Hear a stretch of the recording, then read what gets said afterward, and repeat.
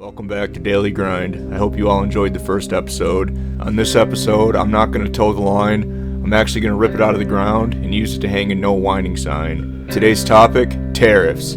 The economic cover charge that says, if you want to sell in our club, you're paying at the door.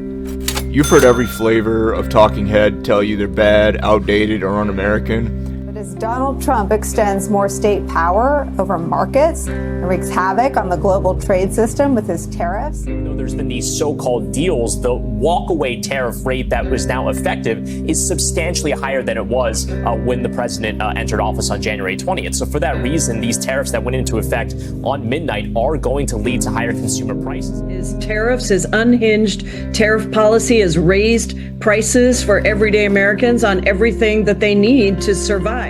I love hearing liberals cry. But here's the kicker. Tariffs built this country, funded the government before the IRS existed, those bastards, and in the right hands, they protected industries that keep us strong. And here's the twist. Donald Trump didn't just bring tariffs back in force. When Biden took over, he didn't remove them. Nope, he kept every single last one, and in some cases, he cranked them up even higher. That's right. The tariffs that Trump put in place during his first presidency, Biden kept every single one. So let's walk through tariff history from George Washington's first import tax to Trump's trade shock, and we'll finish off with Biden's unexpected encore. This is Daily Grind. I don't do safe topics, trigger warnings, or corporate-friendly bullshit. No subject is off limits. Political, true crime, history, or whatever else gets the gears grinding in your head. I grind into reality like it owes me rent. Let's go back to 1789. The revolution's over, the country's broke. We're in debt up to our powdered wigs. There's no income tax, no federal sales tax, just Congress trying to figure out how to keep the lights on in the brand new Capitol. President George Washington signed the Tariff Act of 1789, and that slaps import duties of 8 to 10% on most goods, up to 50% on luxuries like liquor. 90% of federal revenue for decades comes from tariffs. It's not just a cash grab, it's economic self-defense. U.S. shipyards, textile mills, and ironworks can't compete with Britain's industrial machine. The tariffs give them breathing room to grow. The outcome of this is it funded the government almost entirely for decades, and it jump-started America's first industries. No income tax, though. Imagine that. The government keeping their hands out of your pocket. I'm glad I live in a state with no state income tax. So only the federal government has their hands in my pockets. Someone's got to pay for the junkies Narcan though, I guess.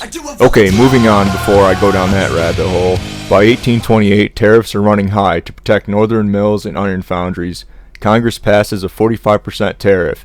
Good news for the North, bad news for the South, which imports most of its goods and sells cotton abroad. South Carolina calls it the Tariff of Abominations and decides they can just ignore it. Andrew Jackson, a man known for settling disputes with pistols, he sounds like my kind of guy, responds with the force bill, making it clear he's willing to send troops. Henry Clay rides in with the compromise tariff of 1833, slowly lowering rates over a decade.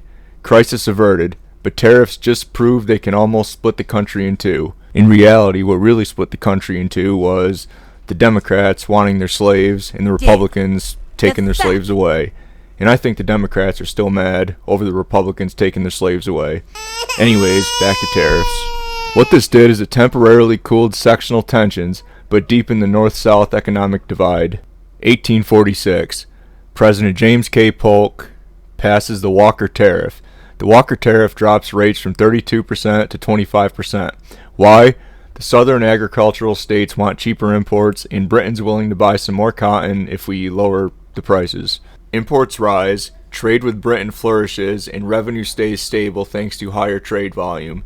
It's a rare case of lower tariffs not tanking the budget, but only because Britain wasn't yet a rival in heavy industry. The outcome of this is it boosted trade and kept revenue flowing without gutting the government finances. 1861, along comes Abraham Lincoln. The Union is about to go to war and the government needs money. The Republicans are telling the Democrats, no more slaves. The moral tariff hikes duties to 37%, later over 50% during the Civil War. That revenue finances railroads, ironclads, rifles, ammo, the works. Without it, the Union might have been fighting with farm tools and harsh language. It also gives Northern industry a huge boost, while the South, outside of the tariff wall, gets nothing but blockades. In the end, this helped fund the Civil War and supercharge Northern industrial capacity. Harrison and McKinley in 1890. The McKinley Tariff of 1890 pushes average rates to 48%. And then in 1897, the McKinley-Dingley Tariff cranks them up to a whopping 57%. Still the highest peacetime tariff level in U.S. history. This is peak protectionism. American steel, textiles, and machinery dominate the home market. Jobs are stable, wages are decent. And robber barons get so rich they start buying senators for spot. The outcome of this is cemented America's industrial dominance, but also concentrated wealth in the hands of a few. Moving on to the 20th century. President Woodrow Wilson in 1913. The Underwood-Simmons Act slashes tariffs to 25% and pairs it with the brand new federal income tax. So that's when those fuckers started robbing us. Thanks, really, Woodrow Wilson. The fuck, dude? The fuck? Imports surge, consumer prices drop for a minute. Then World War I blows the global economy apart. Wilson's low tariff experiment never really gets a fair test. This shifted U.S. revenue dependence from tariffs to income tax, permanently changing federal finance. Post-World War I, Harding and Coolidge in 1922 had the Fordney-McCumber tariff. This hikes duties to 38.5% to shield U.S. farms and factories. Problem: Europe owes us billions in war debts, but can't sell enough to earn dollars because we've slammed the doors on imports. What this did is it protected domestic producers short-term but worsened Europeans' post-war economic crisis. So it kept jobs in America. 1930, with Herbert Hoover, this is where the shit hits the fan. The Smoot-Hawley raises tariffs on over 20,000 goods to 60% in the middle of the Great Depression. The world retaliates, global trade drops by 2/3, and the Depression only gets worse. All this did was deepen the Great Depression and became the go-to example of tariff outreach. In 1934, Franklin Delano Roosevelt passed the Reciprocal Trade Agreement Act. FDR is the only president to ever serve 4 terms, by the way, even though he was a Democrat. I guess he was only elected for a 4th term. He actually died in 1945, a few months into his 4th term. FDR takes tariff power from Congress and gives it to the president to negotiate bilateral deals. If any of you libtards are mad because President Trump has the power to impose all these tariffs, it was your own party that allowed the president to do that. It's the start of the modern trade diplomacy. Talk first, tax later. What this did was it laid the groundwork for the 20th century. U.S. trade liberalization and stronger executive control over tariffs. Another Democrat move in 1962 by JFK. This is the Trade Expansion Act in Section 232. JFK's law creates Section 232, giving presidents the power to restrict imports for national security. At the time, it's about keeping Soviet steel out of U.S. tanks.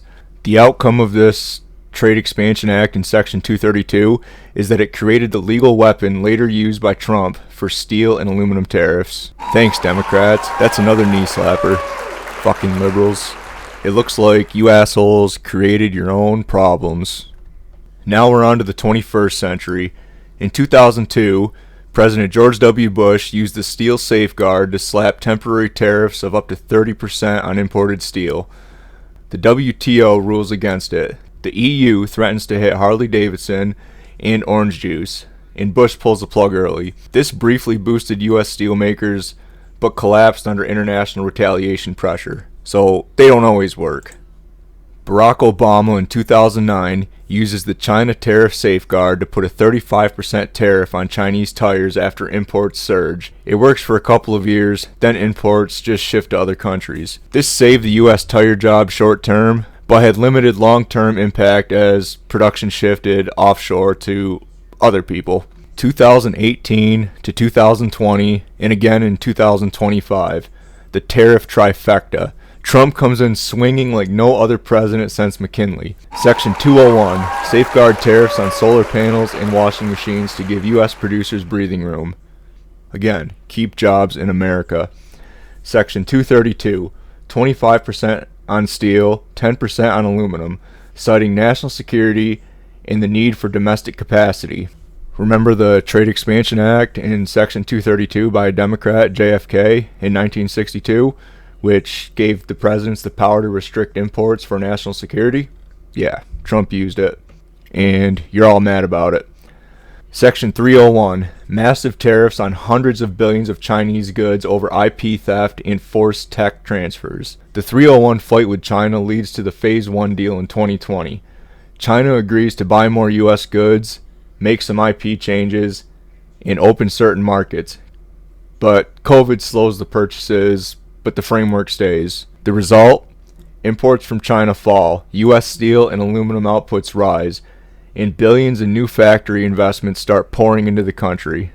Trump's second act in 2025, he comes back and ups the ante, just like a businessman would. Steel and aluminum tariffs go even higher to hit targeted domestic capacity utilization. He tightens melted and poured rules so foreign producers can't sneak in via third-party countries.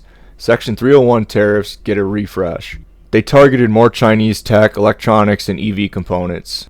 The outcome, a reduced dependence on Chinese imports, spurred U.S. industrial investment, and hardened the trade policy into long-term bipartisan stance.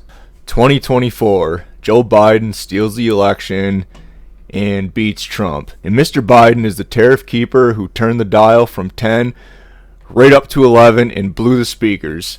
When Biden took over, most pundits swore he'd scrap Trump's tariffs. Instead, he kept every single one and cranked up several. 100% tariffs on Chinese EVs, higher duties on Chinese semiconductors, solar cells, and batteries.